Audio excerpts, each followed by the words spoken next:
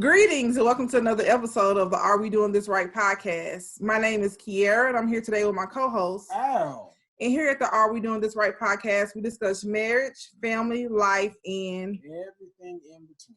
You can listen to the Are We Doing This Right podcast on Spotify, Apple Podcasts, and Spreaker. You can also follow us on our Instagram page, Are We Doing This Right podcast, our Facebook page, which we just opened at Are We Doing This Right. And you can also email us at arewedoingthisrightpodcast@gmail.com. I think we have a good episode for our listeners today, Al. We have guests who we actually went to college with, so we're going to be a little lax today. Their name legally is Quentin and Rev'e Goodman, but we know Quentin by Q. Hi, Q and Rev'e. Hello.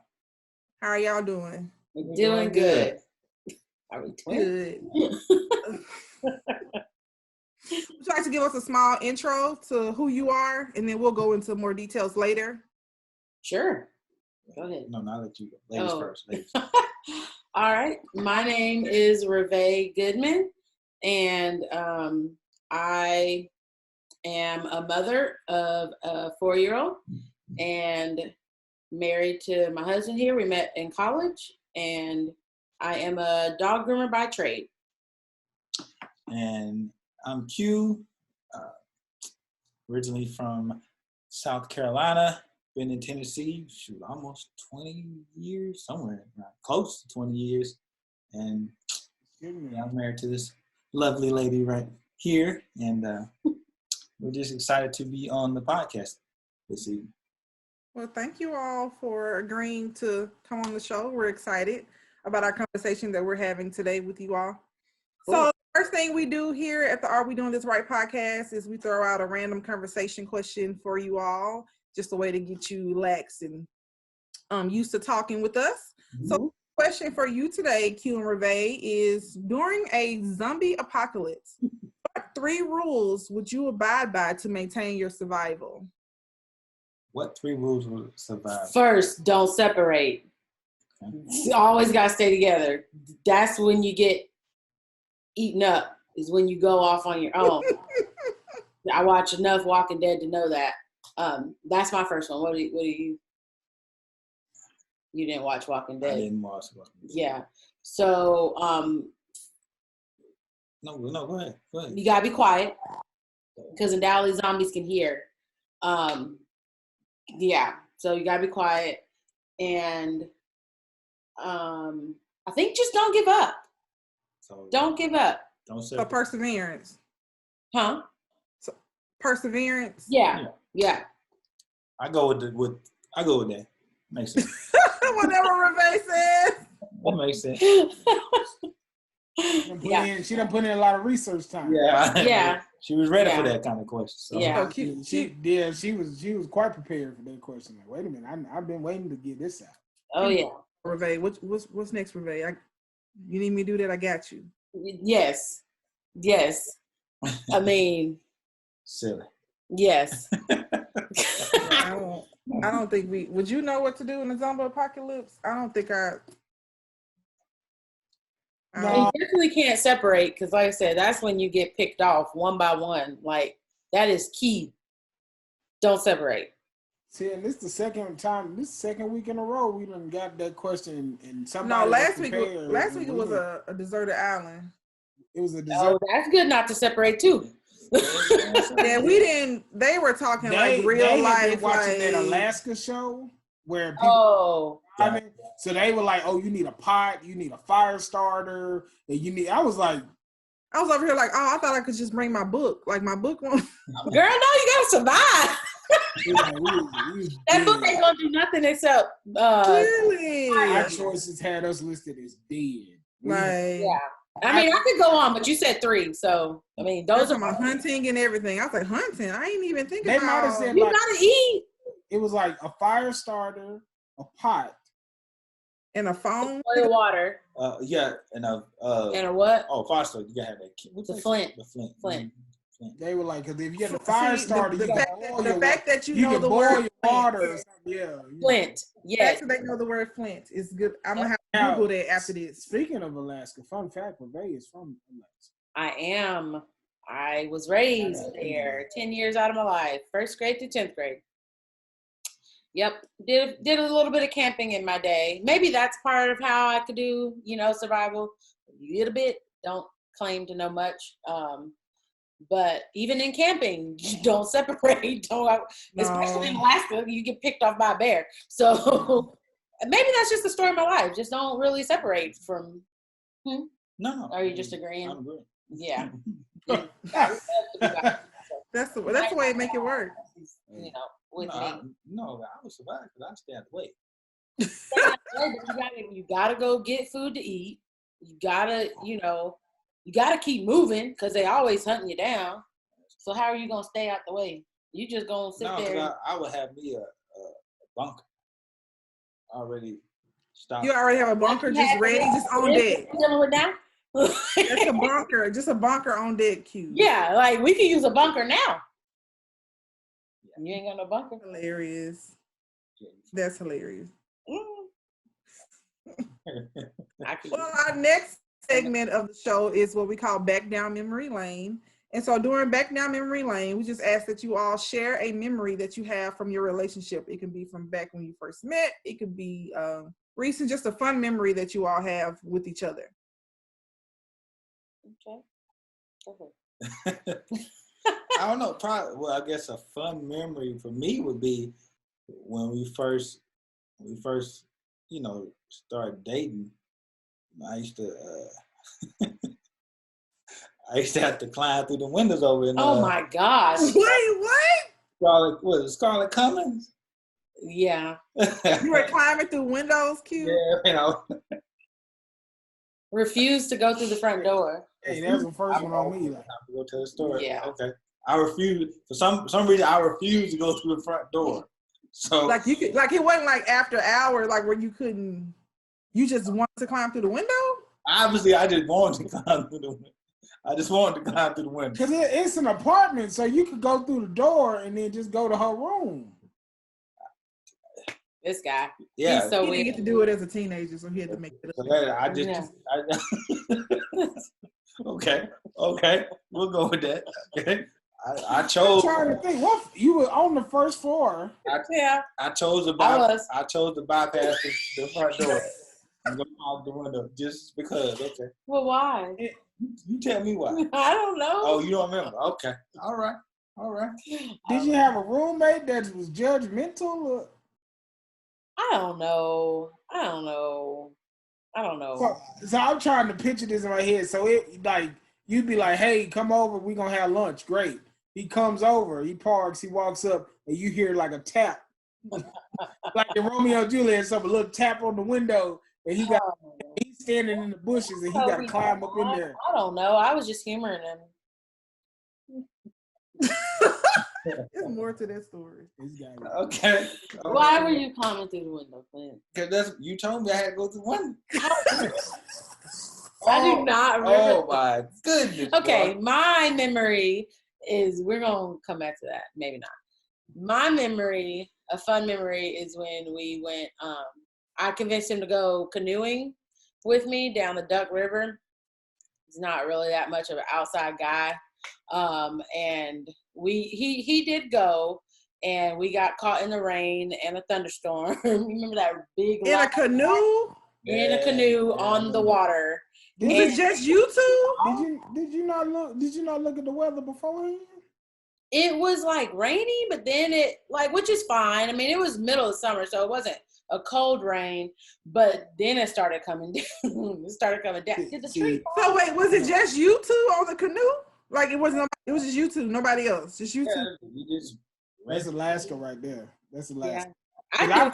I've canoed in life, but I'm Tennessee canoeing. If it ain't sunshine, no. No. It was sunshine before, and it was fun up until. Yeah, it was fun up until. No. What I'm saying is, if there was a chance of rain, like there's a 12. I think we knew it was a chance. We're not doing that today.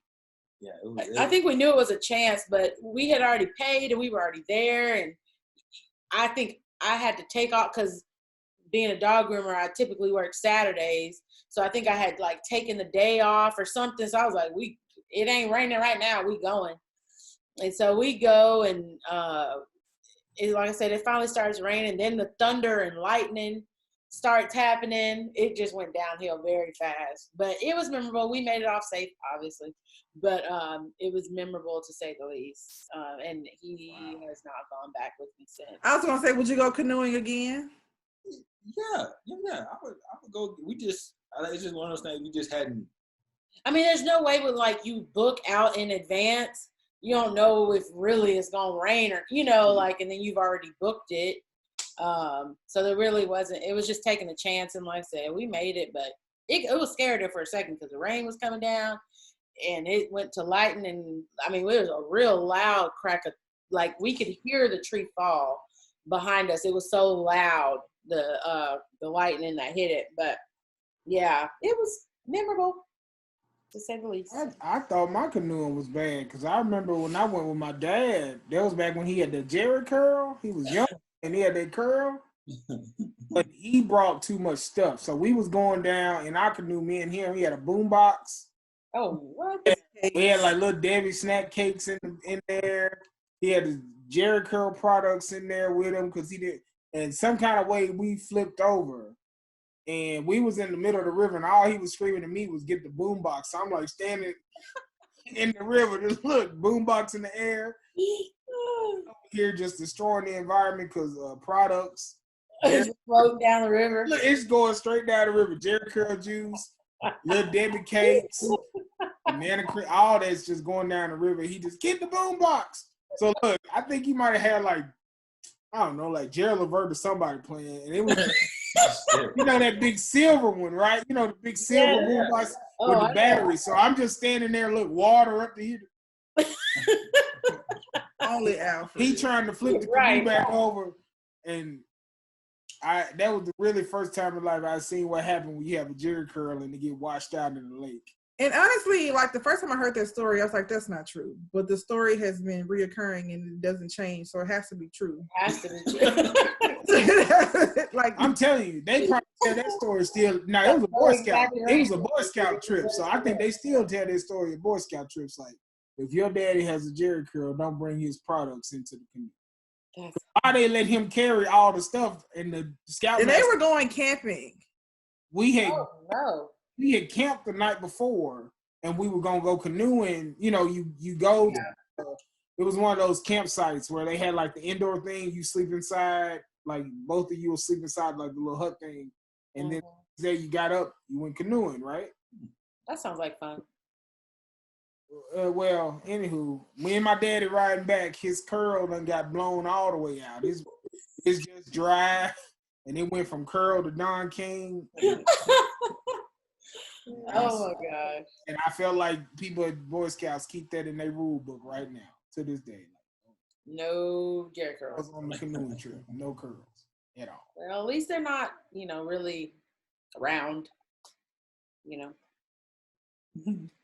Now he used perm kit now. So. That's a conversation there because it right. Yeah, you got a perm, man. It's good. That's too bad. Before we get into our conversation today, we both have a disclaimer. We have a 6-year-old who's supposed to be in bed a while ago who's roaming around. So it's potential that he may either he might bomb the interview. So he might pop in. You might hear his feet stumping in the background, or one of us might have to walk off to get him in, or our other child who decides to wake up every time we record. He wants to be part of the show. Yeah. And I think Kearea might have to. Yeah, we got one too that's in the room. Hopefully she'll be asleep here in a minute, but she's liable to get on level 10. Yeah. Sleeping is not of necessity to her. Just say that. Not of top priority for her. Hey, I'm telling you. Yeah, Elijah told us the other day, he was like, I lay here, but my eyes just won't close. I don't know what to do. It's like, I just don't. That's him. I got nothing. I can't make them close. That's him. Whew. I have that problem sometimes too. So that really and truly could be legit, because I can lay there, just look like, oh my gosh, go to sleep. So, but yeah. All right. So we always, with our podcast, we always try to bring couples on because Kearea and I have the podcast. We started the podcast to just talk about marriage, talk about different marriages, try to find tips to help marriages stay strong, or have a platform for people to talk, because marriages are so different, and you can learn from each other. And so one of the things that happened today for our podcast today is the fact that we're actually doing a podcast and a YouTube video Zoom call together with Rev'e, because they have a YouTube page, GoodmanLifeXL, and you can find them on YouTube, GoodmanLifeXL. And we'll also link them in our description. Oh yeah. And so this month, and I'm actually going to have you all explain what the month is, the month of April. And so if you'll explain the month of April, and then we'll sort of talk about the conversation today. All right. So April is Autism Awareness Month. And essentially what it is to bring awareness to autism. But one thing that I had actually seen a lot of people kind of changing it from autism awareness to autism acceptance, because that's really what awareness should bring, is acceptance of what these, our kiddos as well as some adults are dealing with. So that's what we're here to talk about, is, just kind of our life and what we deal with in regards to that, and bring awareness and acceptance to it. And with your YouTube, I was going to say, I wanted to make sure we were sort of clear about your YouTube page is about your family, and specifically, I sort of want you to sort of give us, unless I'm jumping ahead, just a small overview, and then we're going to do. Give us a small overview of the YouTube page. And then that'll sort of connect people to why this month is so important for this conversation. Well, yeah, our YouTube page is essentially us sharing our journey with our daughter Dior, who has autism as well as cerebral palsy. And so we try to showcase some of the challenges, some of the good and the bad, and just some of the things we've learned along the way and continue to learn. Because at first, when what kind of sparked the YouTube channel is I had the channel for a while. I mean, I've had the YouTube channel for 10 plus years, and I would upload stuff periodically on there, just random stuff and different things like that over the years. But when Dior was born, I decided to, I think it was around her second birthday. It was her first birthday. The initial video. I decided to create a video about her whole journey through the NICU, and I put that video up, and I was like, hopefully somebody will watch it, and it'll help somebody, encourage somebody, and for a while there, just I put it out there, and I got a few views, and then all of a sudden it just took off. I started getting all these views and all these comments, people sharing their story, people encouraging us and different things like that. And I mean, I think the video now is maybe up to like 13 million views or something like that. And so I decided, well, maybe people will be interested in just kind of hearing our story and our journey and following our journey. And I was a little apprehensive at first because I was like, I didn't want to, put Dior out there like that. But then after I thought about it for a while, I was like, well, if it can help somebody, right, we're definitely willing to do it. So that's sort of what the channel morphed into. So we try to upload videos weekly about, it's more like a family vlog type channel, but hopefully, you will, not just look at us, but get some stuff, some insights that will help you. If you have a child with special needs, or especially like cerebral palsy or autism, you'll be able to get something out of watching our videos and stuff like that. And so that's what led to the bridge with our podcast and their YouTube page, is the fact that we wanted to talk about their marriage in terms of how does this entire process in working with Dior and learning and growing as she does, and the entire experience from her being born to today, like how does that affect your marriage, and just conversations about to help other folks who I mean, we know we're not the only ones going through different situations. So our goal is to bring Kearea and Rev'e on, and as they talk about what they've done together and what they've learned together through this process of marriage, we hope to pull some tips and some things to share with folks so you can be encouraged. Because when we talked earlier, I remember I'd asked Kearea and Rev'e, I was like, boy, if you could have some of the information you have now years ago when you were first going through this process, I'm sure it would have been so comforting to hear somebody go, oh, you can make it. You're going to have these humps, but if you keep going, this will work. And so that's what we hope to do today with the podcast. And so we're going to just talk about their marriage and their journey with Dior and the things they've learned. And that's what I hope to do today. Yes. I was like, that's what I hope to do. But we're going to go back. Okay. I think you all gave us some brief information about how you all met, but could you go into more detail about how you met? Well, we met in college, and Ray's gonna have to. I'm sure she'll correct me if I'm wrong, because clearly Let's say if I'm wrong. Clearly I've been wrong earlier in the conversation. Oh my gosh! But we met through college. Actually, it was through Al when Al moved over to be an RA. You were a matchmaker? Well, not intentionally. I moved out of my dorm into me and Al were friends. Work at the freshman dorm. Let's just say this: Quint would have never came in the freshman dorm if Al was not there. So gotcha. That's how I got a job and moved over there, and they helped me move in. Yeah, so we started out as friends for 2-3 years. Yeah, 2 or 3 years, and then just that turned into us, climbing through window. Oh, she brought it up before I could. With my tongue, I was gonna throw it out there like climb through the window. We graduated from the climbing through windows phase into a serious relationship. Oh, God. And so that's sort of how we, just friends that turned into, Yeah, been together since 2005. Yeah, 2005. Yeah. Mm-hmm. And how long did you all date before you got married?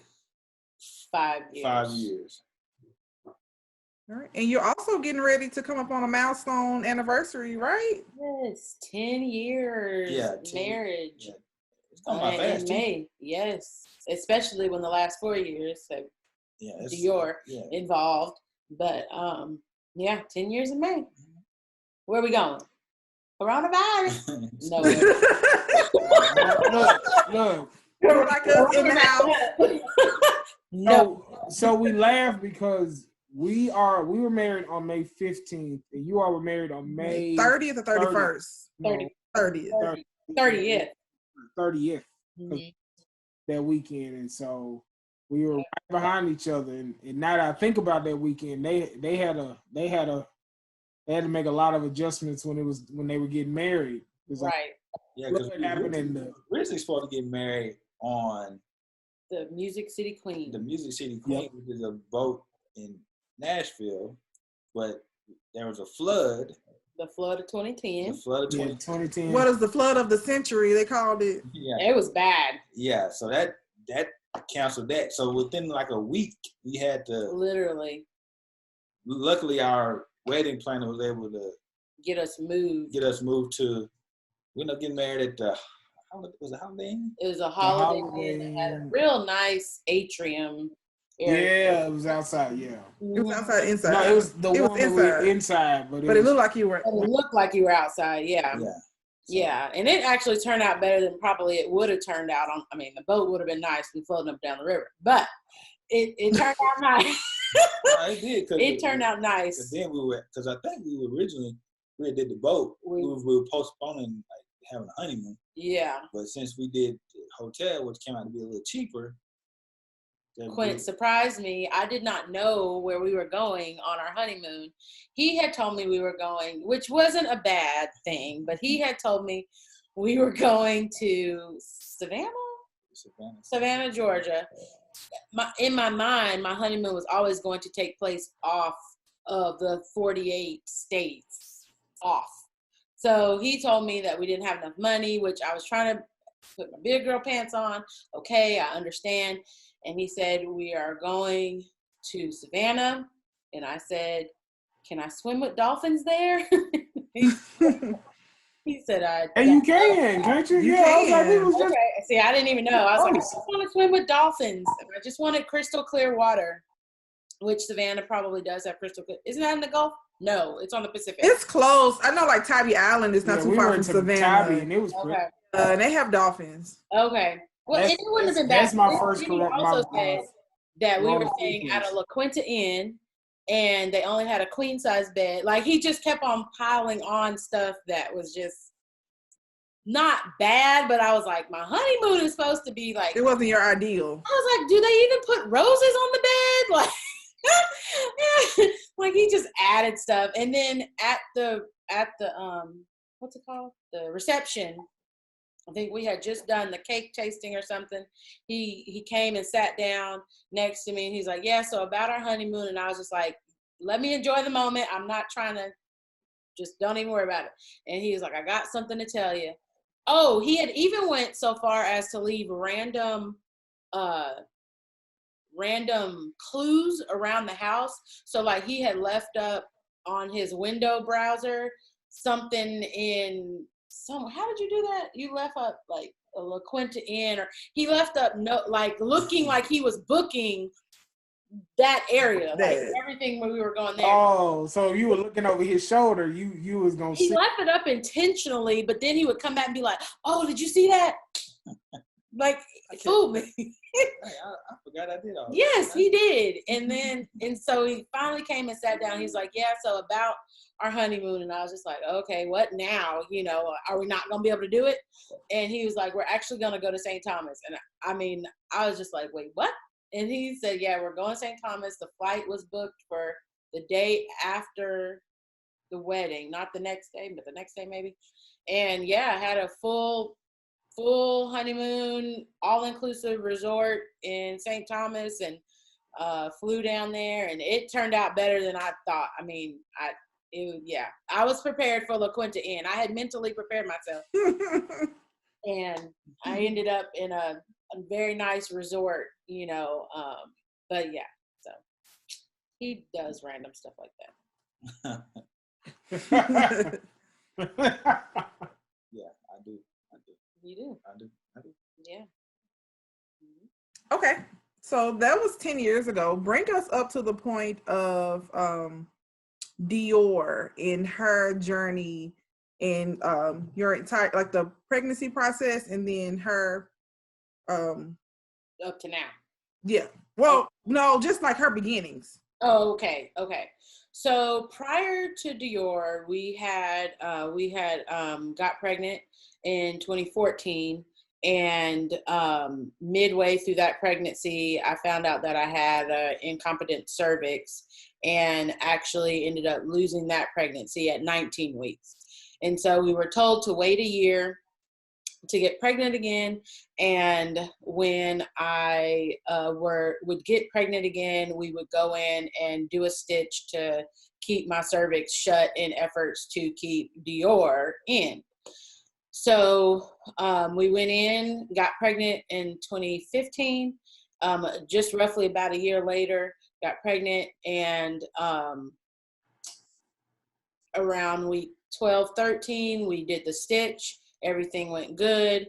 Around week 16, around, I guess, maybe week 14, 15, 16, I had started having to get weekly ultrasounds done. And by week 16, I was dilating still, even with the stitch. And so I got put on bed rest.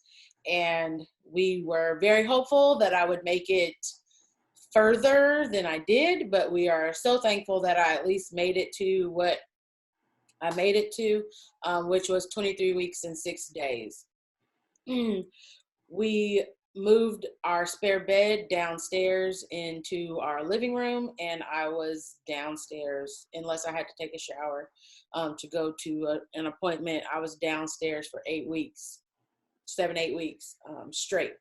So made it to 23 weeks and 6 days, was able to get the 2 shots that they give you 24 hours apart for their steroids to help the baby's lungs. I was able to get those for her, and had her at 8:50 Thursday morning, March 31st. You want to take over? Yeah, March 31st, 2016. And then we ended up, because it was they had to do a, C-section. She was breached. She was breached. They had to do a C-section. Of course, I wasn't able to, be there for the birth and the umbilical cord, cut the umbilical cord, all that. Because I had an infection. I ended up with some sort of infection to where instead of it just being a regular C-section, it ended up being a general surgery. So I was completely knocked out. So he wasn't. Oh, I didn't know that. Okay, Yeah. I was like, I thought you could be in there for the C-section. Well, yes, typically, but for me, because they didn't want to give me epidural, spinal tap, whatever, they didn't want to do that because they didn't know what infection I was dealing with or what it was. They just knew my white blood cell count was crazy. They ended up completely knocking me out. So we literally had to, this was our hands. It was like, no. When we got separated and I'm crying, I'm hysterical. And they literally sat him outside of the surgery room, like he was sitting outside the principal's office, and he literally just sat there waiting, worried about me and worried about her. Because I was gonna say, so Q, from a husband's perspective, what were your thoughts and feelings at that moment, since you weren't allowed to be in the room with her? Well, for me, naturally, my concern was, like she said, her and Dior, because it happened. Like I said, it happened so quick to where it's like, I'm like, they gonna survive, and if baby come out with it being so, with her being so early, what does that mean? Mm-hmm. So it was just a whirlwind of emotions. I'm just sitting out there like, because we weren't prepared for it. And when he says by fast, I was bussed out to Nashville, ambulance, bussed out to Nashville. And then I did good from the time I got there around 3 through the night. What I didn't know is I was having back labor. I didn't know that was a thing. Mm-hmm. So that's where my contractions were in my back. And I was telling him, my back is hurting, my back is hurting. And my friend Erica, who's a nurse, she told him to come in and press on my lower back. And so he was doing that all through the night, and that was helping alleviate. I just thought my back was hurting, but none of those contractions were getting picked up by the thing that was on my belly checking for contractions. So I had been having contractions all night. So when the nurse came in for shift change, keep in mind, I said she was born at 8:50, shift change is 7. Mm-hmm. The nurse came in for shift change and she was like, oh my God, what are you doing? Are you okay? She came in, and when he said it happened fast, she checked me, she checked Dior, she called the doctor, and by 8:50, Dior was out. So it all happened extremely fast. Sure. But yeah, so it was a little bit of a whirlwind, and I was awake one second, and the next second I was asleep, asking my sister to hold my hand for some reason. She just said I kept on telling her, hold my hand, hold my hand. So, but yeah, it was crazy. So then, we ended up, you ended up having to be in the NICU, and a lot, that's one thing people, her being born so early, she was considered a micro-preemie. Mm-hmm. A lot of times I think people, when they hear, the baby had to be in the NICU, they think about usually babies that are born 36, 37. Yeah. They may be a little underweight. They keep them in the NICU just to observe and make sure they're gaining weight, make sure everything's all right. When you're in the micro-preemie, you're talking about, it's all hands on deck, and you're like, your lungs are underdeveloped, your brain is probably going to have a bleed on it. It's all sort of stuff that goes on with that. So your guts, your. So it's like you're not, because I never, like I said before, prior to Dior, I never knew anything about NICU and all that sort of stuff. So it was new to me too. But it's a total different world when you're dealing with micro-preemies. Mm-hmm. And all the things they have to go to. So Dior ended up spending 5 months in the NICU. And, you know, through that whole experience, I mean, she had, I mean, you name it, every type of challenge you can think a baby would have in the NICU, she experienced it. So that was like, as far as like for us, that was probably one of the biggest tests for our marriage, in the sense that like that was the first time we ever experienced something traumatic that serious. Right. And it's like, you know, it could either make you or break you. And that's what people told us. Like, y'all lean on people, as in nurses, you know, because they've seen it. It can make you or break you, you know, and they would encourage us, y'all lean on each other, y'all call each other, y'all communicate, you know, you guys lean on each other for her, you know. But yeah, sorry. So I'm gonna cheat real quick if I can, and get you all to sort of paint a picture for everyone, just because I really want to paint the picture just for those who are taking some cues and going to get some you can make it out of you from listening to you all. Can you sort of paint your, like people hear NICU and they don't understand like the arrangements for the parent? How did you all, can you explain sort of like during that time how you all physically were like living and communicating and having to go back and forth, and sort of, so people can sort of see what you mean by it was a lot going on back and forth? Okay, so our world was already turned upside down by me being on bed rest for 8 weeks prior. And so it went from me completely leaning on him for everything, because he was like, don't move unless you got to use the bathroom. You know, I'll bring you, we got an extra refrigerator that was brought next to my bed and everything. So it went from, you know, seeing each other every day, him literally waiting on me hand and foot, to me having to recover from a C-section. And then he took off. Yeah. Do you remember you took off a little, a week or two? I took off a week or two, because I was on family maternity leave, family medical leave. So I was able to take off a week or two. But once that was up, it was like, well, you know, I got to go back to work and, you know, come back home and make sure. Because we have a dog. Because, you know, we have a dog, and we was concerned about the dog as well.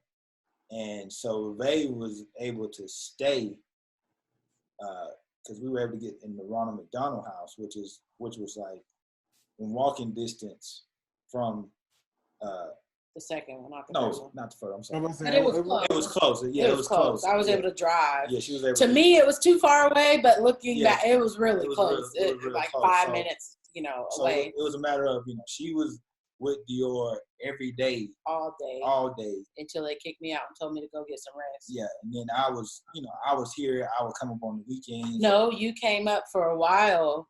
For the first 2 or 3 months, you remember you were working half days, and then you were working 2 full days. You were like 3 halves. Was that it? 3 half days and 2 full days, and then you would come up on the weekend. Oh, okay.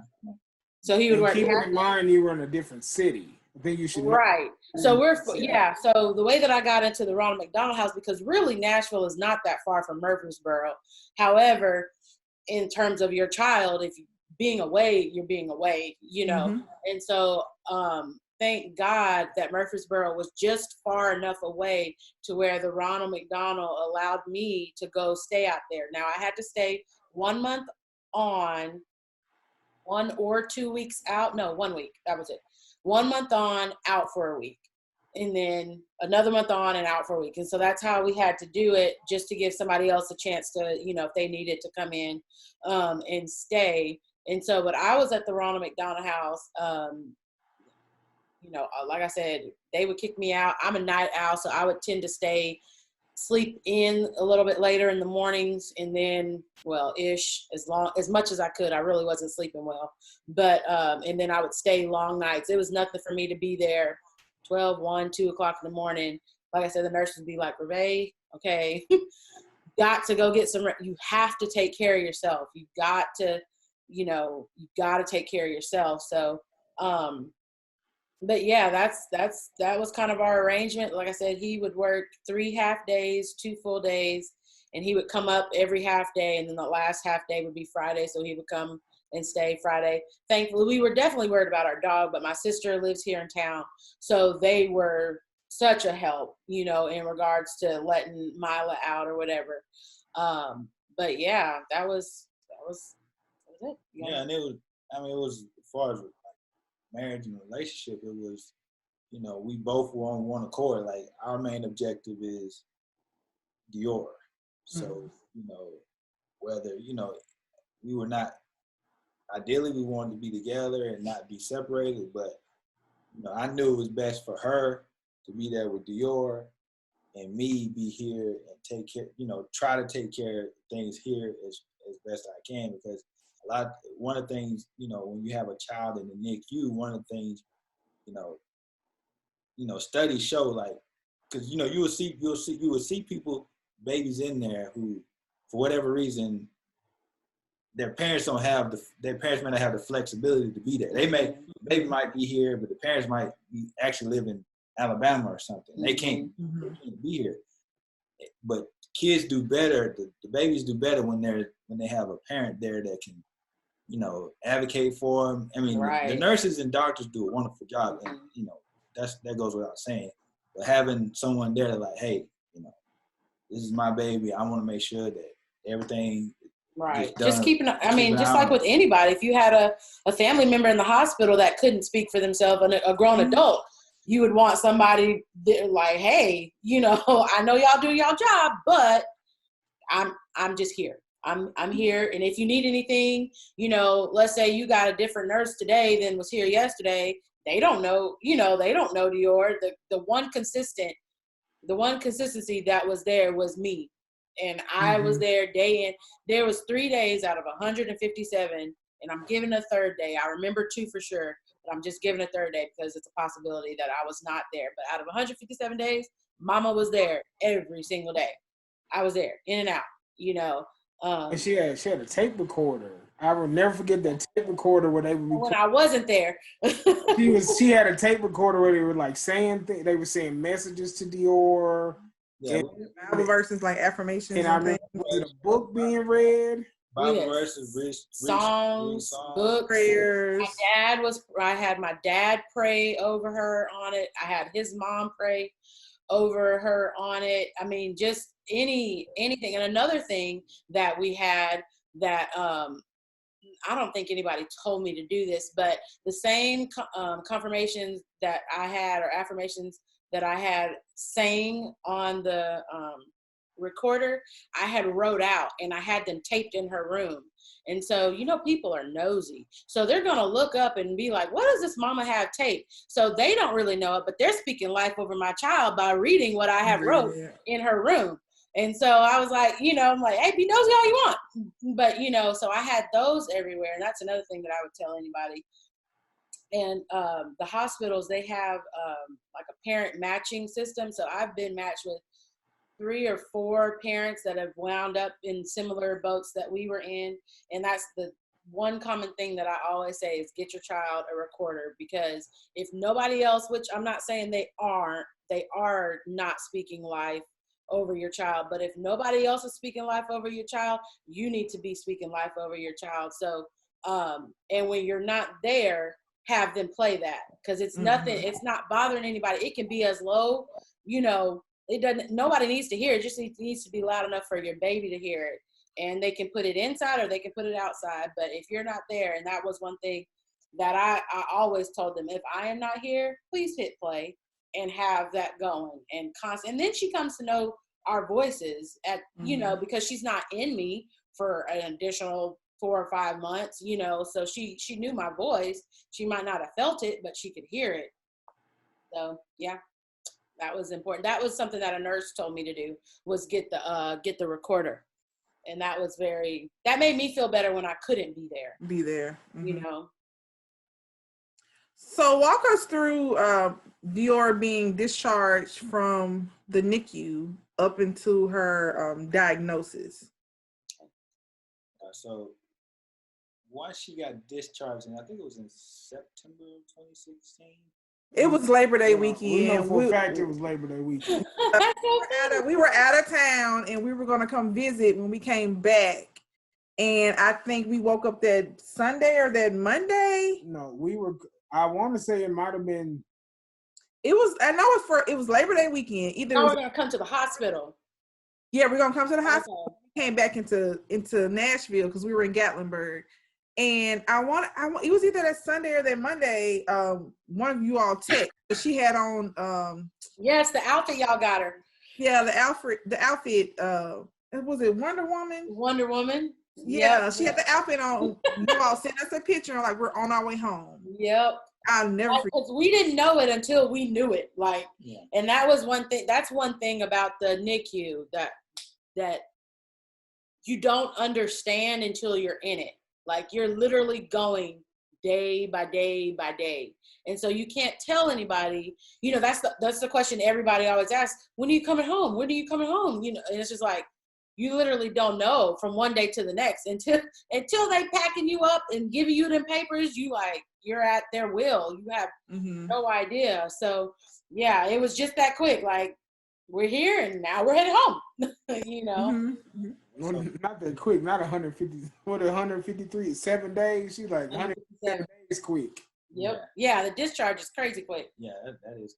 But yeah, so basically it went from you having a team of people helping you to it's on you. It's on me and Rev'e. So when we brought Dior home, she was on oxygen. She was on several medications. Around the clock, medications. Around the clock, like syringes, and she didn't take anything by mouth. So she came home with a gastrointestinal tube, and we could call it G-tube for short. I'm pretty sure it's gastrointestinal tube that goes directly to her belly. So that's how we administered all our medicines in syringes and compounds, and go ahead. Yeah, so we had to deal with getting all that set up, getting working with DME to get which gives us our supplies. Yeah, it gives us all our supplies. So we had we really had a full hospital set up. Yeah. at the house. So and it was scary at first because not only did she she wasn't eating by mouth, she was on oxygen, and she also had very bad reflux. Very bad reflux where when she would bring up her food all the time. It would come out of her nose, it would just go everywhere. And you just would be chilling, and next thing you know, blah.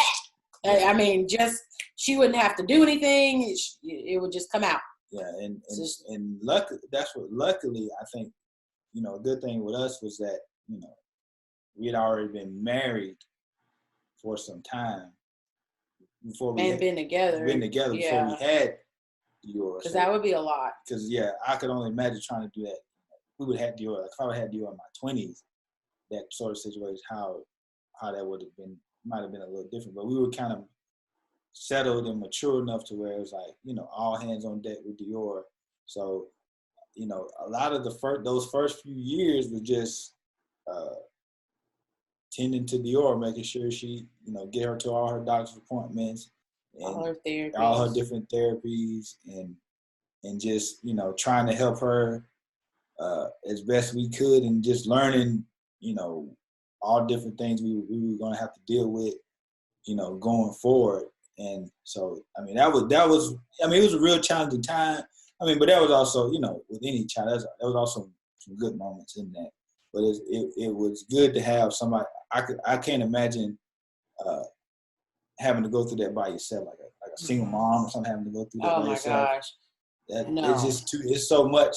It's just because the one saving grace for me is that I could give my all to her and her doctor's appointments and her therapies and anything that involved her, because I knew he was working, and that was not something that I was gonna have to deal.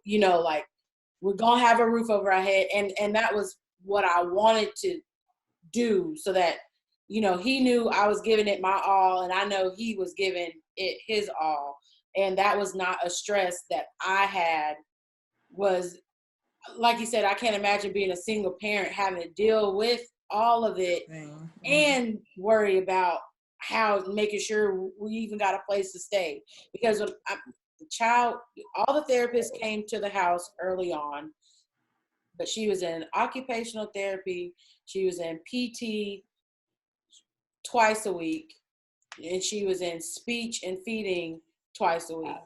And so that's a lot. I mean, that's a lot. And they're coming in your house, and then you're trying to go around nap time, and you're trying to go around feedings because, like I said, she would throw up. So you don't want to necessarily have her being fed either, during or right after. So you got to try to do all that, and so I'm trying to balance all those plates, and he's trying to make sure insurance is taken care of, and he's got all the bills taken care of, and he's working full time, and things like that. So I mean, it, like you said, it could definitely be very challenging on a marriage. But I think, like he said, what kind of kept us in a good spot is that we already knew each other's quirks, and some things that would irritate him or things that might irritate me. We already knew that about each other, so we weren't it wasn't really any surprises. Like we did say earlier,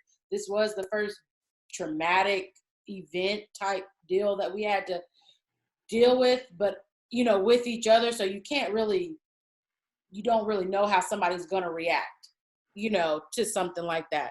It could go either way, but I think we both reacted true to kind of like our nature. Mm-hmm. So that's a good thing, but yeah, I think the biggest thing that we did well was communicate, just talk it out. This is what's going on. This is what happened. This is where my head's at.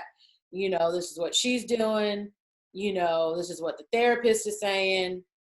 Communication is the underline to everything. But I believe. I agree. Mm-hmm. So what age was Dior diagnosed with autism? 18 months? Yeah, 18 months. Cause about a year and a half. Because it was early. Yeah, because kind of, it was kind of one of the things about her being born so early is that, she was kind of already being followed.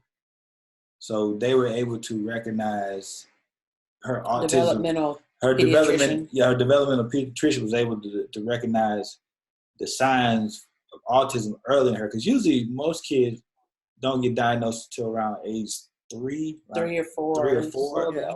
But we were lucky to have the doctor we had, her son was actually on the spectrum.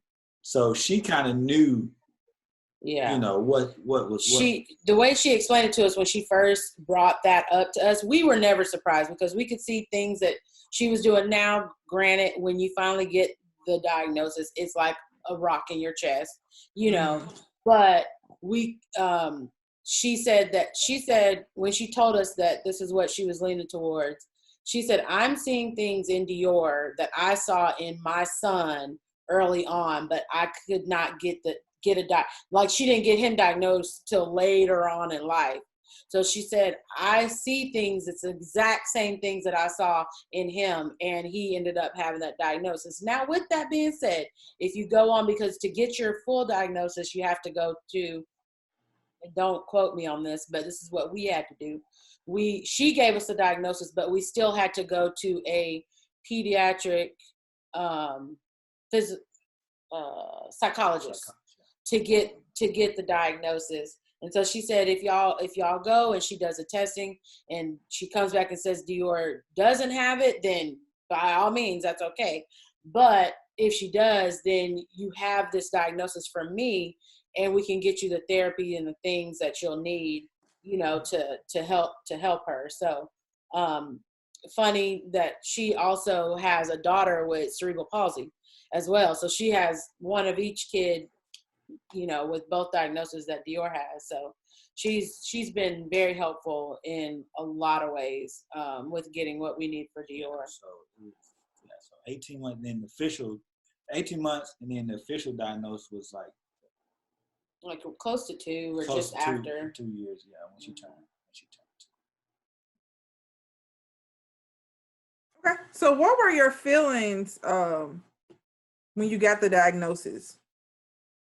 Well, for me, it's not something, because like I said, I didn't know a lot about autism prior to that. But for me, it was like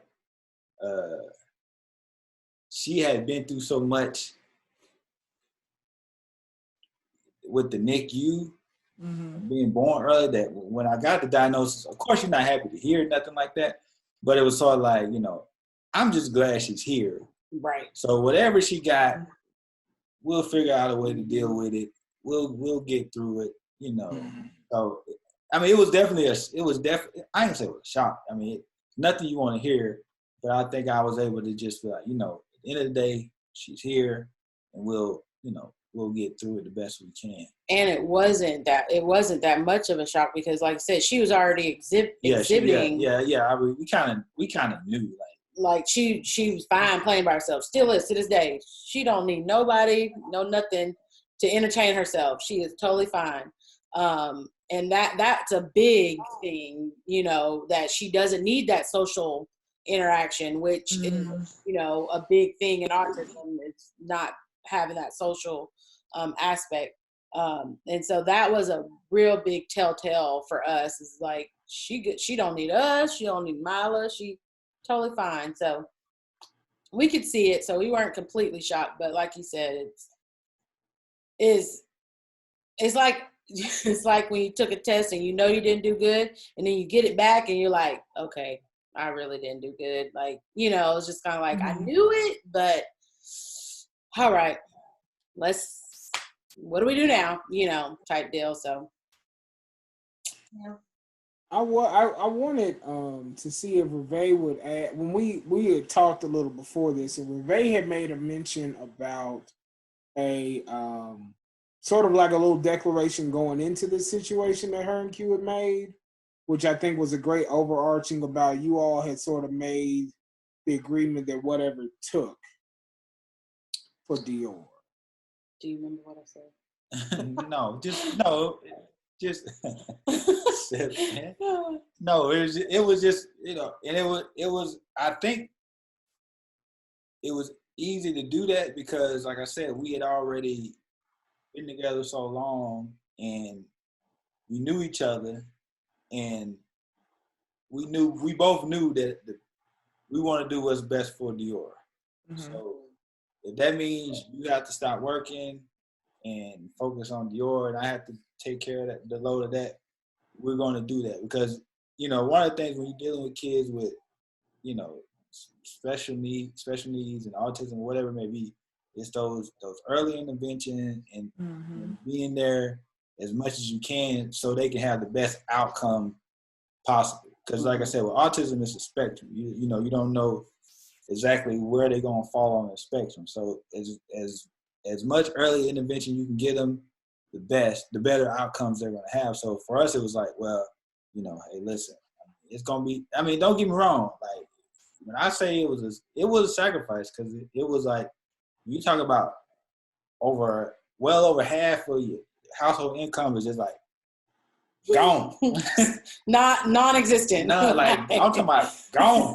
Like, not one more time, show me one more time, Q. Gone, man. And it was like, because if I had wrote down on paper and told you numbers, and you'd be like, there's no possible way that you guys could keep things going afloat with just one income.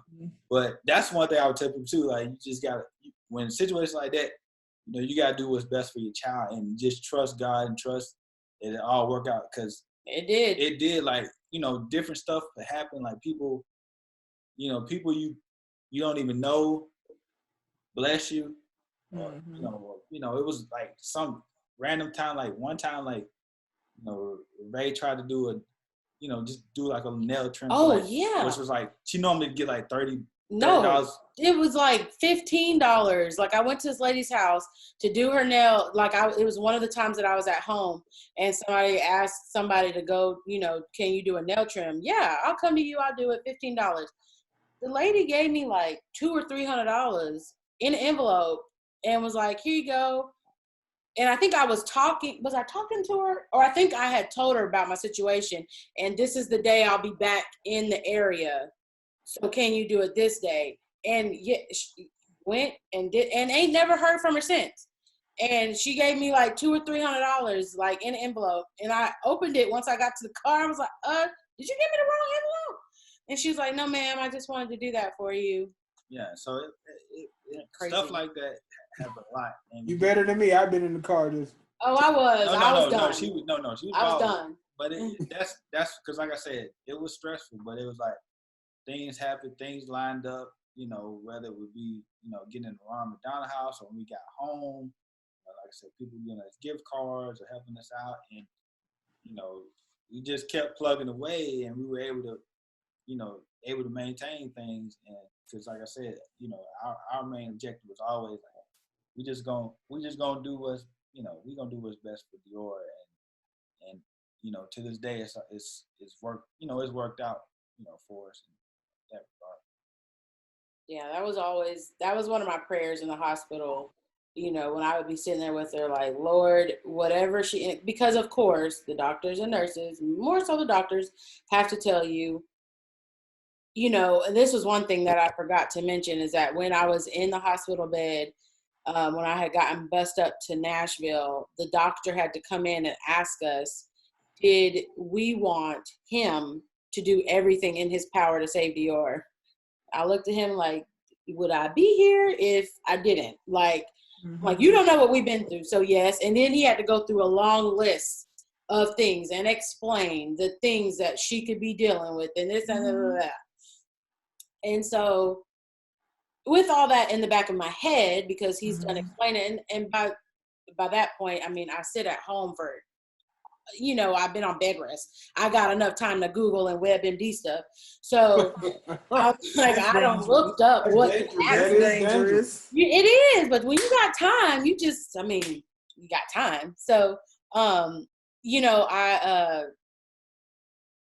he had explained all that to us, and I asked, that was one of my prayers, was like, Lord, whatever we end up with, just please allow this child to live. Like, just heal her, and whatever you give us, we're going to make the best out of it. We will sacrifice whatever we got to sacrifice.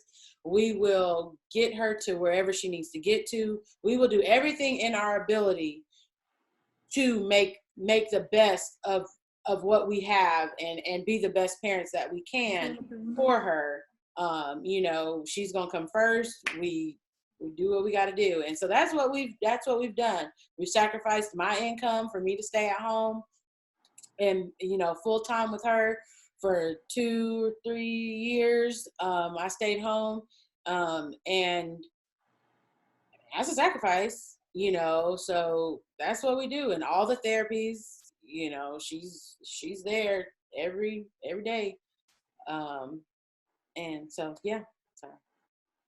So in addition to the normal demands of a marriage, what other challenges have you all experienced with having to include Dior's care?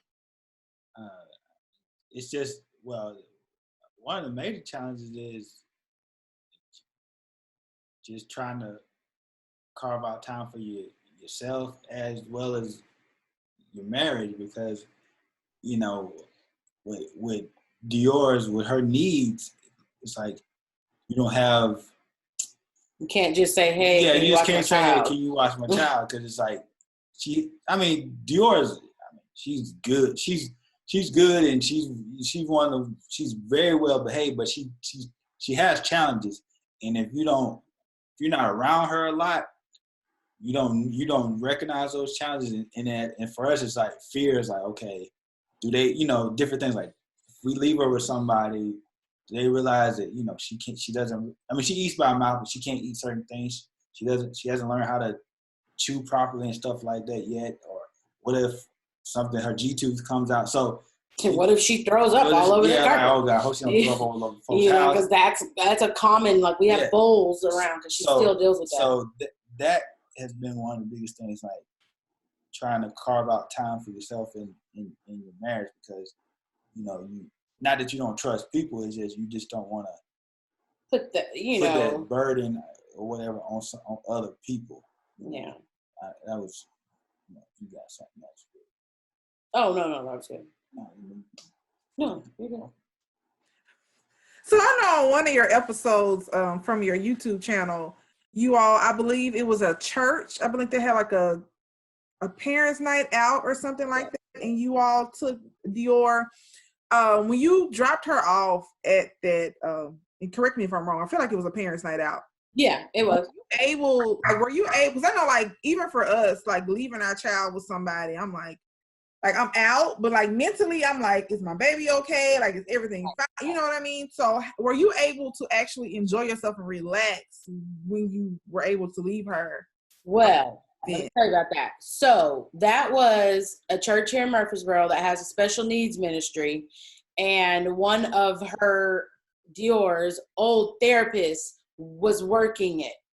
That is the only reason that Quentin allowed Dior to go, because we already knew the therapist, and I'm in the Bible study with the therapist. We know her. That's the only reason Dior was able to go. Outside of my sister and his mama, nobody else has ever watched Dior. So I was more okay with it because I know her, but I think he probably was more in that headspace that you were talking about than I was, but I was completely comfortable because I knew her. Now, would have been the same situation without that therapist, I would have been in that headspace. And then he probably would have just said, no, she can't go. So, but yeah, it's, yeah, go ahead. No, yeah, I'm always, even if I leave her with Ray's sister, I'm always naturally in that head. That's just me, because I always just, You worry more. Yeah, I just worry about her being all right and all that kind of stuff. But I've gotten better. I relaxed a little bit. So, but yeah, that's a thing that we consistently trying to work on, is just carving out, space for us, and as best we can. Yeah, because our next question is, how do you all take time to spend time with just you two?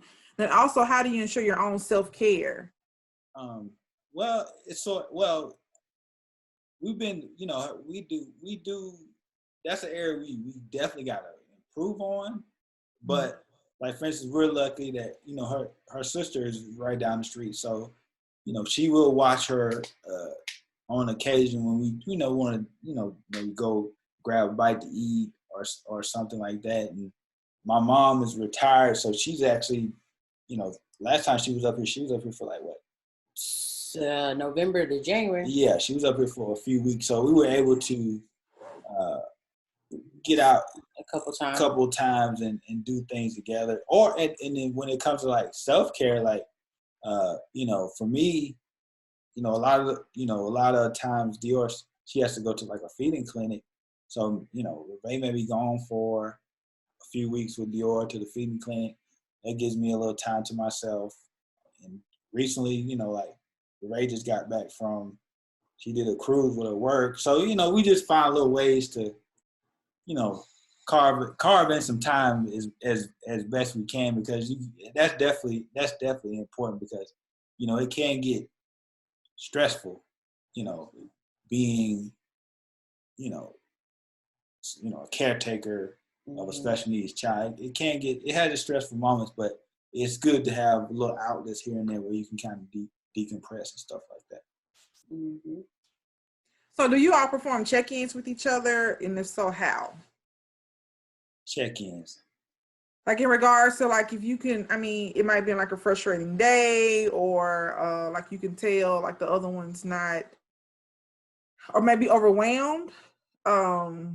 Yeah, I think we do. I think we do, because I think that's for us, that's one of our, in our marriage, I think it's one of the strong areas, like communication. Like, we're gonna talk about it.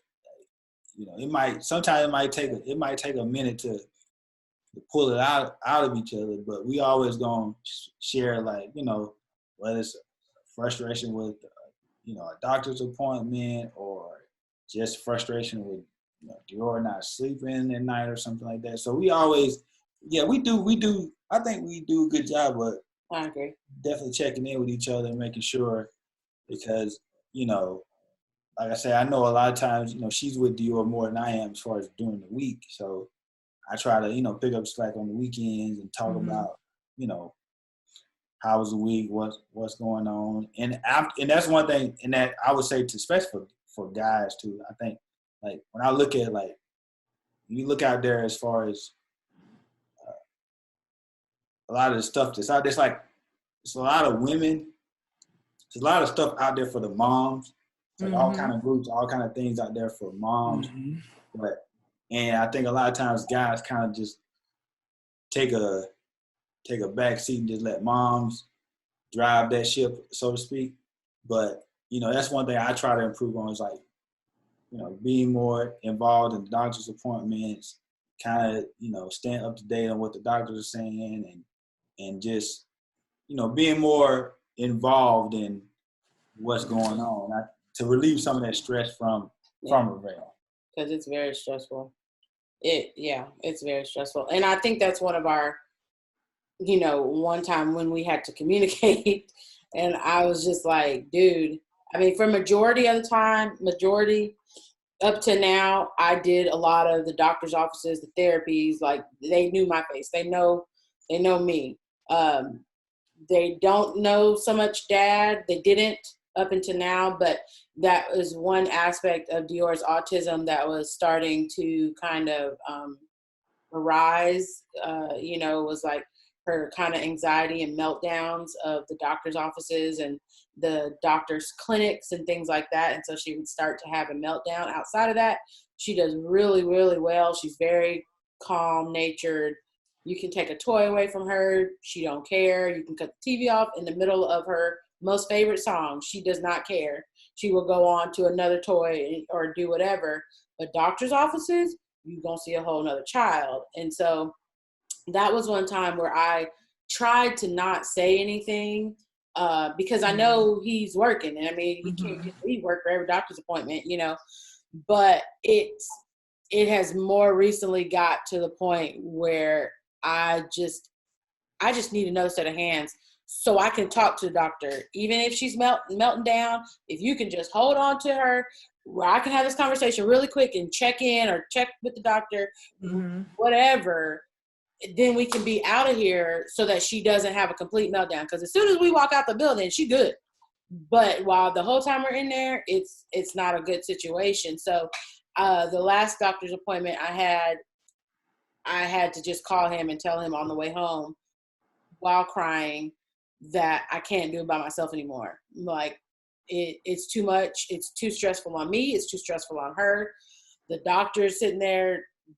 I mean, they've seen it all, so they're not looking at me side-eyed or anything, but I think she was kind of looking at me like, why are you here by yourself? Like, do you not have anybody that could help you through this? And so I just had to call and be like, I need help. So, but that goes to communication. If I would have been too prideful or what have you, I would still be sitting in that boat, frustrated and stressed out, So, but yeah. I'm sorry. I'm not good at ending. Oh, no, you're fine. I didn't know if Q was saying something. No. You good? No, I'm good. All right. Did you have anything you wanted to? I know we're about to move to that, but before that, I did want to sort of get Q and Rev'e to sort of separately, like if Q could give just any overarching advice to looking over the last 4 years in his role as the husband, how was the choices he made, the supports he did for Rev'e and things he made it work. What kind of just general, like if you were a husband and a dad in this situation, like some major arching points, you see what I'm saying, that you would give in terms of how to protect your marriage and how to, help structure your household.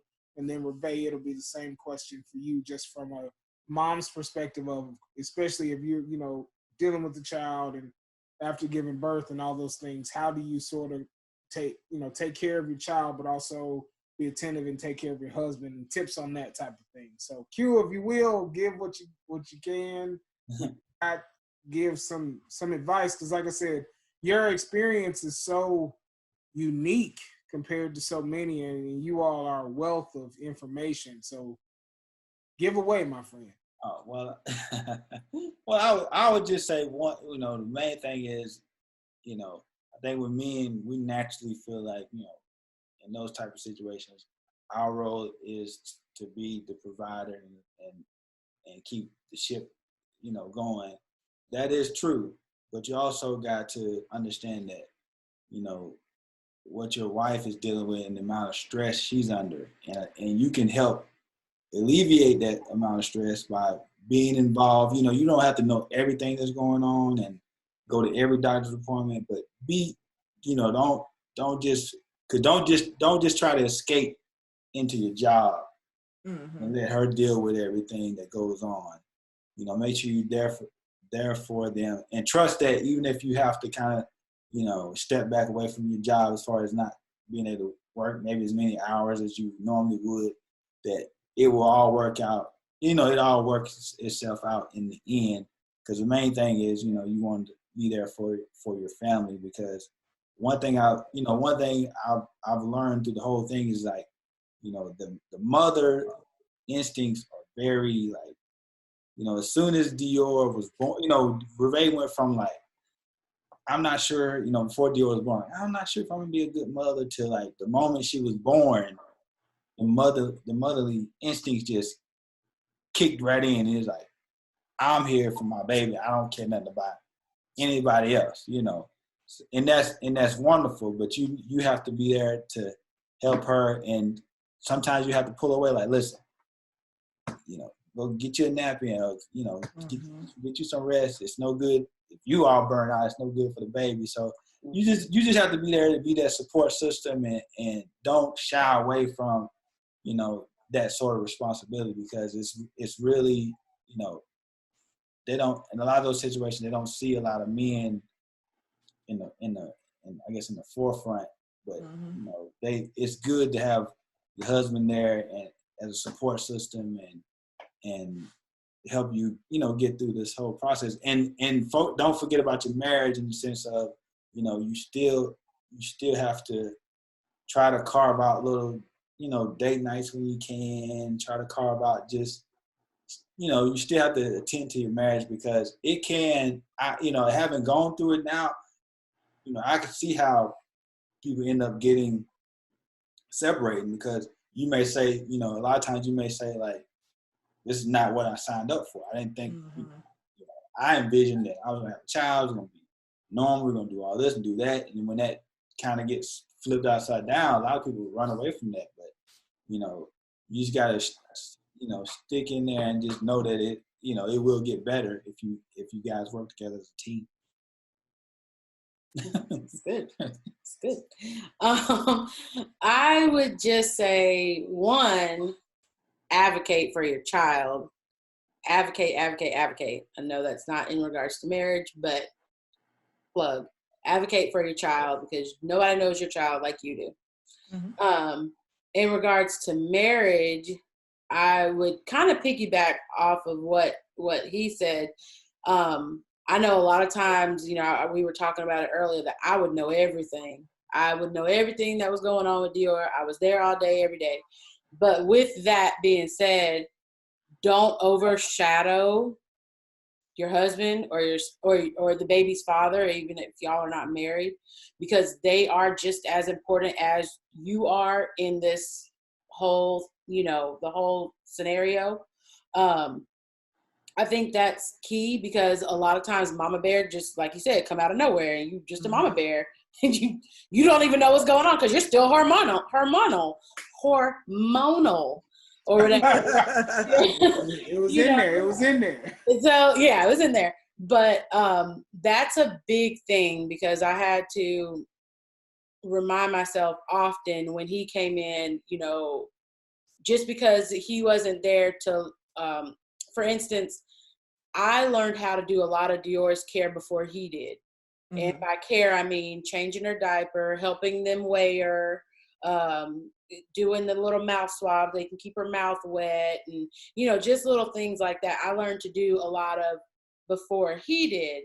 Well, whenever he would come from work, because he was working, they would try to give him a chance, and I would find myself kind of rising up like, nope, that's not how, and I would have to kind of take a step back, let the nurse show him how to do it. And I would have to encourage him, because for the longest time, I had already started holding her. The first thing they let me do was hold her in the not incubator, what's it called? Isolate. In the isolate, in the thing that she was in. The first I could touch her, but the first time I could hold her was to literally lift her up, and they were changing out her bedding, and that's all I could do.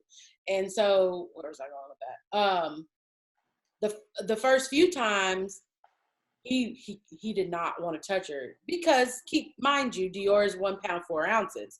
And even after birth, she dropped down a little bit before she started gaining, which most babies do. And so he was like, you want me to what? You want me to hold her? Do you see how small she is? You know, and so I had to encourage him. You're her dad. She knows you. She knows your voice. You can do it. If I can do it, you can do it. Now, his hands were like humongous compared to her little bitty body. But, you know, I had to encourage him to do that. And I think that's one thing that a lot of mothers and women in the position, you know, if you're not doing it alone, that you can do is help build them up, because men already are self-conscious when it comes to being dads and holding babies and things like that, let alone when you got a T90 one. You know, they're going to take the back burner most times, I would think, which is what he tried to do some of the time. And I think one thing that I would encourage other women to do is definitely encourage them and let them ask questions and, you know, get the reports and, you know, things like that. So that's what I would say do. Is that marriage? That was more. Oh. I thought that was in the NICU building of marriage. Me and you. What? How to keep that going? In that. Okay. Yeah. Gotcha. Sorry. Sidebar. No. This is. I thought your answer was fine, Rev'e. Okay. Thank you. No. Look, we have to do the disagreement right here. Throw the tag out. No, I'm saying Rev'e gave a lot of great answers in terms of empowering dads when it came to them being active in working with the child, which is the information we definitely want to have. But I was looking for a little personal way of her tips being in that situation of how does she keep herself glued to quitting married? Oh, okay. Yeah, how do you stay married in this situation? Gotcha. Okay. You don't want to start throwing out like, how you keep it spicy in this situation? Like, wait a minute now. How do you stay, you know, connected marriage wise? Because I mean, you could work together really well. I mean, right.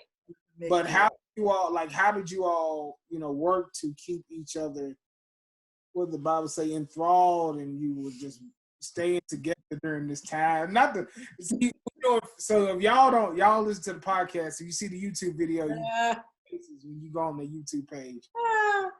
That might be the thumbnail right there, they face right there. I guess communication. Like we talked a lot. Now I couldn't talk on my phone when I was in the NICU, but I think I talked to him about everything that was going on. I left, which y'all know I'm a talker, so I left no rock unturned. And I think the communication was really good, you know, as far as keeping us, because we weren't physically together as much. I mean, mind you, like that's 5 days out of the week that we weren't, 6 days out of the week, because he would only stay, 5, that we weren't literally sleeping underneath the same roof. So, you know, we just stayed on the phone or texting or, you know, and I'm sending pictures of us. That's all we really could do is talk. I mean, because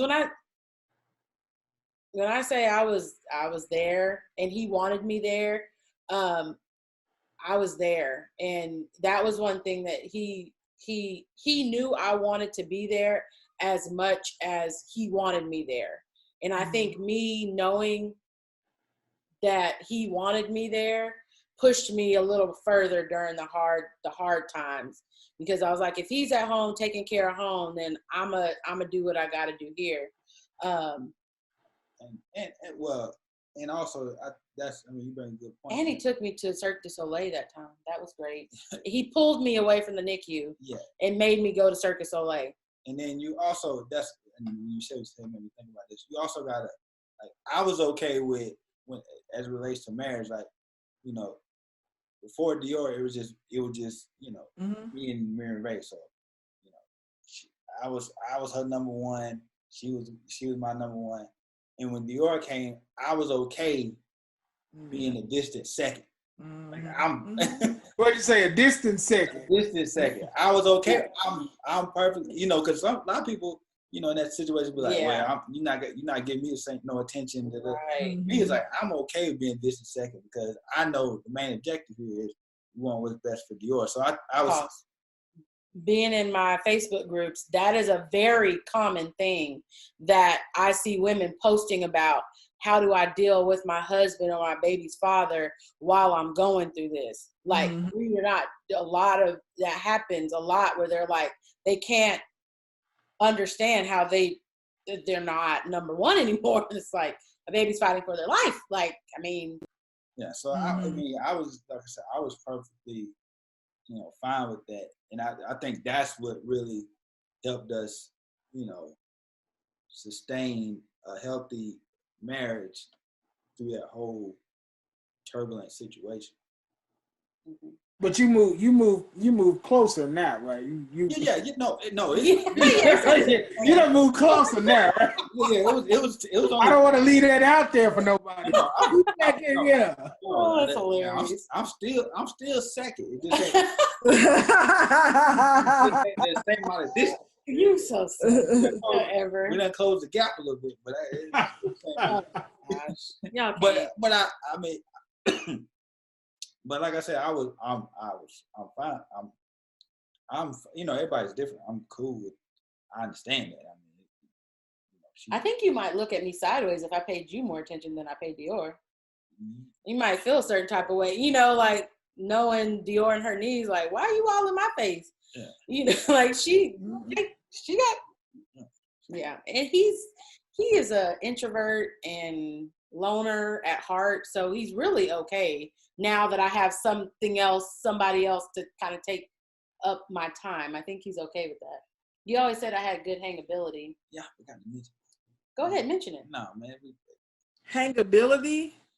I forgot. No, because when I know we're probably going on longer than typical podcasts, but they know us, so yeah, they know us. So I guess it's okay. No, when I first got with Rev'e, I used to always tell her, like, she how women always ask you, like, what is it that you like about me? I was like, you got hangability.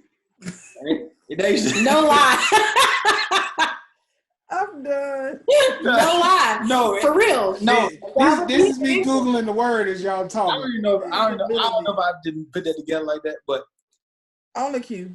No, I couldn't articulate it as well as I should. What I was trying to say in that word is that, like, you actually a person I enjoy being around all the time. Mm-hmm. You know what I'm saying? Because, like, normally I don't like to be around nobody all the time. So the fact that's true. The fact that I can be around you all the time is like, you got hangability, girl. So that's what he said. That's what it's in the Urban Dictionary. It took a year. What did it say? What does it say in the Urban Dictionary? In the Urban Dictionary, it says characteristic of a person who possesses a charming and enjoyable personality, who is a pleasure to spend time with or hang around with. There it is. Look, Cicely, there it is. I just couldn't articulate it like that. So I just said, you got hangability.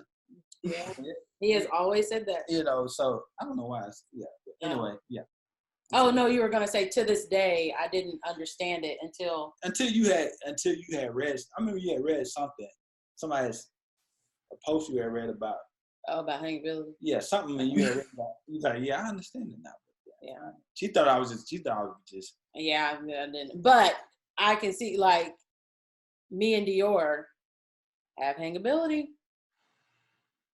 Outside of that, He love it. What your dad always used to say? See you when I see you, but I love you all the time. That's his motto. That's him. Yeah. Anyway. Sidebar. Yeah, that was just a little Just tangent. yeah. I'm still stuck on hangability. I love it. Your husband just read the definition. I know, I love it. Don't forget me a T-shirt, hangability. You know what? Oh yeah, I should make a T-shirt. Sorry, I got you. We're gonna get on that. But yeah.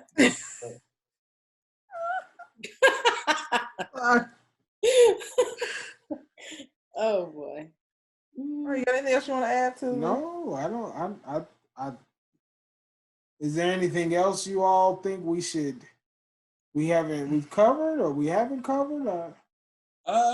In terms of, I mean, I just hope people get something out of it. We kind of just thought we just share a few things, and hopefully, I think we might have said something that would encourage somebody. Somebody, I mean, the thing about it is like one thing that I always said, and one thing that I would say to this day is, if I could take the NICU roller coaster experience away from anybody and everybody, I would. But unfortunately, I can't. And so what I learned early on is that what we went through and what we experienced was not for us.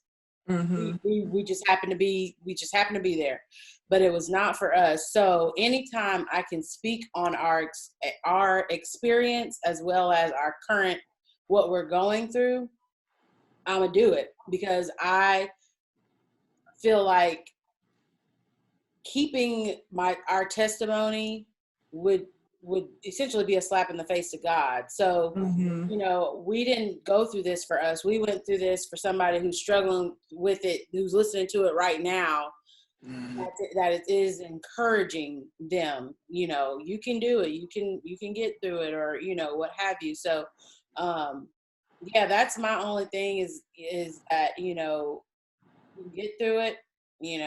It's hard. It's ugly. It's not pretty. But you can make it, and you can stay married too. And you can stay married. You can stay married. And happily married. Happily married. Yeah. Because I mean, I know. I mean, I'll keep talking. I know I'll keep going on, but I know when we talk, it sounds a lot like doom and gloom. But I mean, even in all what Dior has going on and what we do, it's still a lot of. We still got a lot of fun. We still, we still do things together. It's just like with Dior with her autism, he just does things differently. So we just have to work around her, work with her, and so it gets, it's a roller coaster ride. But it gets better, and as long as you're,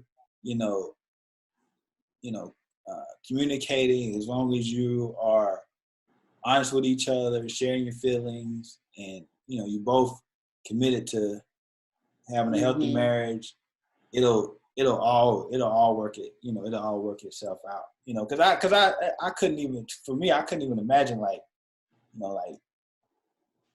after seeing what going through all that, like dipping, getting divorced, what I'm saying? Because I know dipping.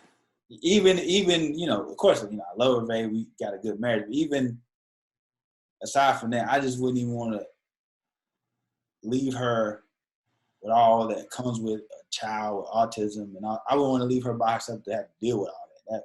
That would be, especially when I help, create life. So I need to be there to go through it with her. But I digress. But honestly, we thank you all for sharing your story and agreeing to be on the podcast. When we were putting together the podcast and our vision of what we wanted the podcast to be, we discussed having different couples on our show, and we were making sure that the couples that we have are genuine, and there are couples that, from our perspective, have strong marriages and are good examples for others out there. So we appreciate you all coming. It was hilarious. We were sitting there like the day before Q reached out to us. I was like, how can we get Q and Rev'e on the show? Like, how can we ask, but I was like, oh no. And then like the next day, Q reached out and I was like, oh my gosh, that's divine intervention. So we just appreciate it because, you know, every marriage is different. Everybody has their own story and their own journey. And so we just want to make sure that we display those different things here on our podcast. Yes. Well, thank you for having us. Yeah. Yes, and again, if you could tell us a little, like, just let us know about your YouTube channel, where people can find you. Yeah, a YouTube channel is GoodmanLifeXL. We try to upload videos, at least one video a week. We try our best to stick to that schedule. We also have an Instagram page, GoodmanLifeXL. So we post things on there. And you know, the way my wife is pushing me, we may end up having a TikTok here pretty soon. So, but yeah, For those listening, you can Rev'e is dancing. She's YouTube is the Renegade. Yeah. It's called the Renegade. Okay. I think she's the Renegade. I'm trying to do the Tootsie slide, right foot, whatever. So anyway, yeah, just check us out on there, and we appreciate. Oh, like I said, I hope people may grab a little something from it, and our main reason for doing it is because. Sorry, I know we said we're cutting it off. Oh, okay. Part 1, part 2, no worries. Sorry. Well, I was just going to say the main reason that we decided to do the YouTube page is because we wanted to encourage people and, you know, and just show. Did you say all that? Is that already made I said that earlier. So come on, work it out. Look, you want to come on. We want to encourage. We did want to encourage people, and we trying to figure out because like YouTube is going through some changes here lately. Like, you know, we don't have our comments no more and stuff like that. But they took your comments off. Well, they went through a whole little thing about. I know because of children, right? Yeah. Something to do with children. Yeah. Because I enjoyed the engagement with live because you know with that video I was talking about, there was a lot of comments and being able to engage with people and people sharing their stories and stuff like that, which is pretty cool. But anyway, that's where we hang out at on YouTube, Instagram. If you got questions, if you got anything you want to share with us, always hit us up on there. And All right. Well, we always end our show with a this or that question that Al poses. Sorry, pros. So what's our question today, Al? That was in there too, wasn't it? That word was in there too. Okay. Pros. That Urban Dictionary one more time. Okay. That's the Memphis Dictionary. Got it. So our thing today is we're going to drill down to one. So everybody's going to have 4 options of 4 classic movies, and you're going to have to drill down to what is the one you would keep. Rest gotta go. Okay. Rest gotta go. Okay. Rest gotta go. So you can say I got 4, and I'm gonna break it down to 2. Then, but one, you're gonna end up with 1. Okay. Okay. Here are your 4 movies. I'm gonna give you about 10 seconds to think on it. Coming to America. This is cute. This is everybody. Oh, everybody. Oh, okay. Yo, number 1. You got 4 options. All of those would disappear, and you'd be left with the one. Was Coming to America, House Party, Baby's Kids, or Friday? I can go ahead. I can tell you, I'm keeping Coming to America. I mean, I'll keep Coming to America. I'm going with Coming to America too, because my favorite, that last scene with her on the carriage, and he was like, "You want to give it all up now?" She's like, "Nah." That was like, like from the age of 5, and it was like my favorite. I don't know what it was about, but only person. That's hilarious. You didn't watch anything. What you got? I'm sort of torn between House Party and Friday. But you can only pick one. I know, so I thought y'all were gonna take a few seconds longer. I mean, like Coming to America is a classic. I don't know if I'm looking forward to Coming to America too, though. I'm nervous. No, I'm looking forward to it. I think it's gonna be good because, like, from what I'm hearing, they said they're doing it right. They said they got it. Because what's the premise is his son, right? He's on his son. Yeah, something like it has to come back for his son, something like that. So it's got a lot, and it's got a lot of people in it too. There's a lot of A-listers in it. I'm just nervous, you know. Sequel. They pretty much brought everybody back from the first one, and gonna be in there, you know, make an appearance in there too. So I think they're gonna do it justice. I think, you know. Anyway, I'm sorry. No, it's fine. I think I'm gonna stick with House Party on Friday. House Party. Yeah, so you have to go with House Party over Friday though. House Party's classic. I mean, Friday's a classic too, but I mean, they all classics.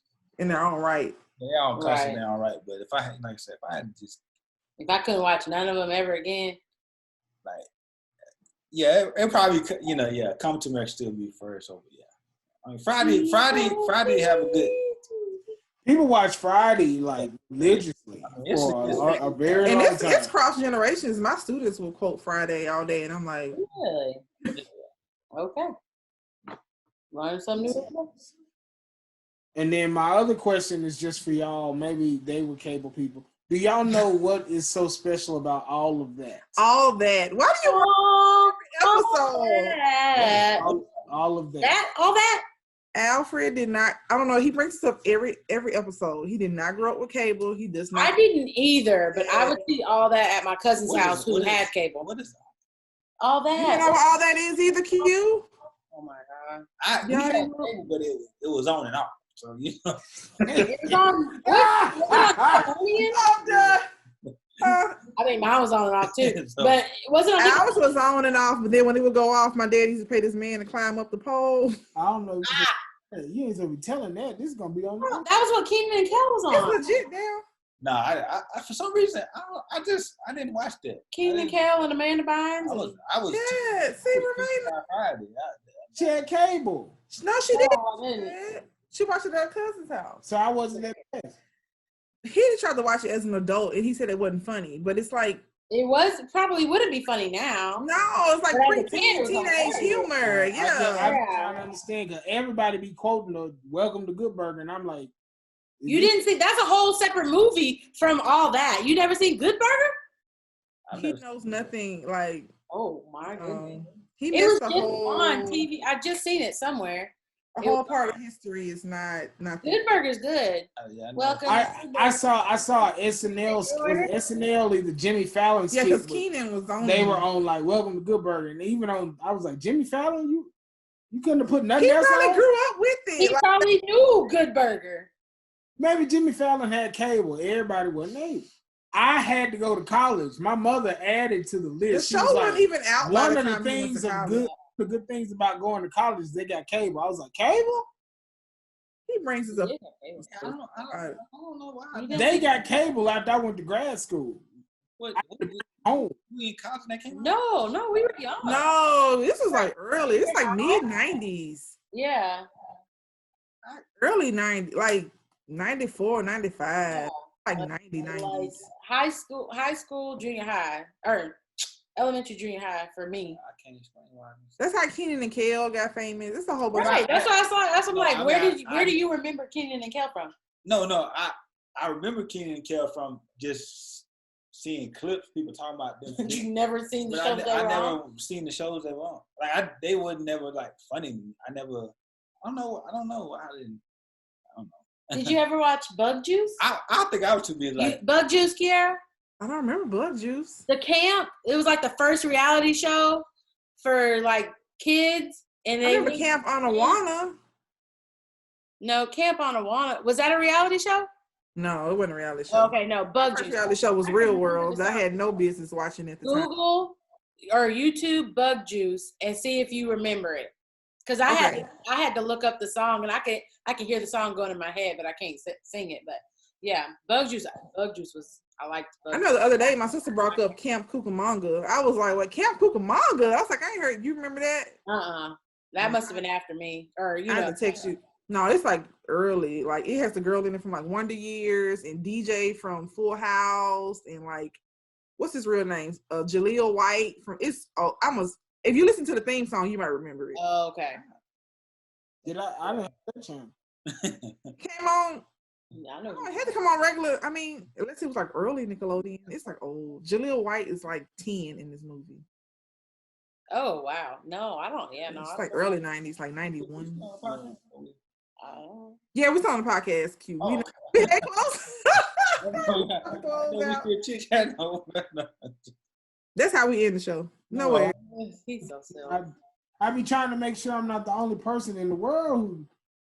She make it seem like I'm the only person that didn't grow up with cable. You know what I'm saying? Well, No. I didn't grow up with cable. Maybe I never had cable because I'm serious. I'm gonna call my mom tomorrow. I'm like, how do I miss all these shows? I didn't. Hey, I'm telling you, that's why I bought cable was to watch music videos because I had never seen half of them.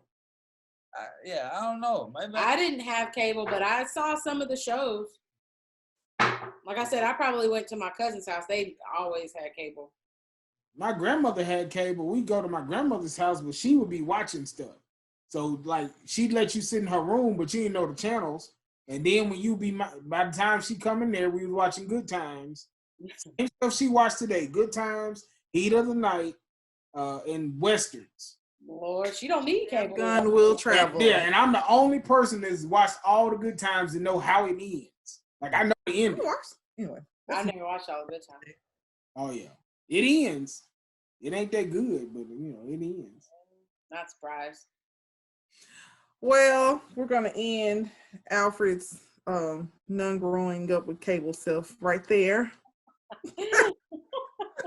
Again, we thank you, Q and Rev'e, for being guests today on the Are We Doing This Right podcast. Again, you can listen to us on Apple Podcasts, Spotify, and Spreaker.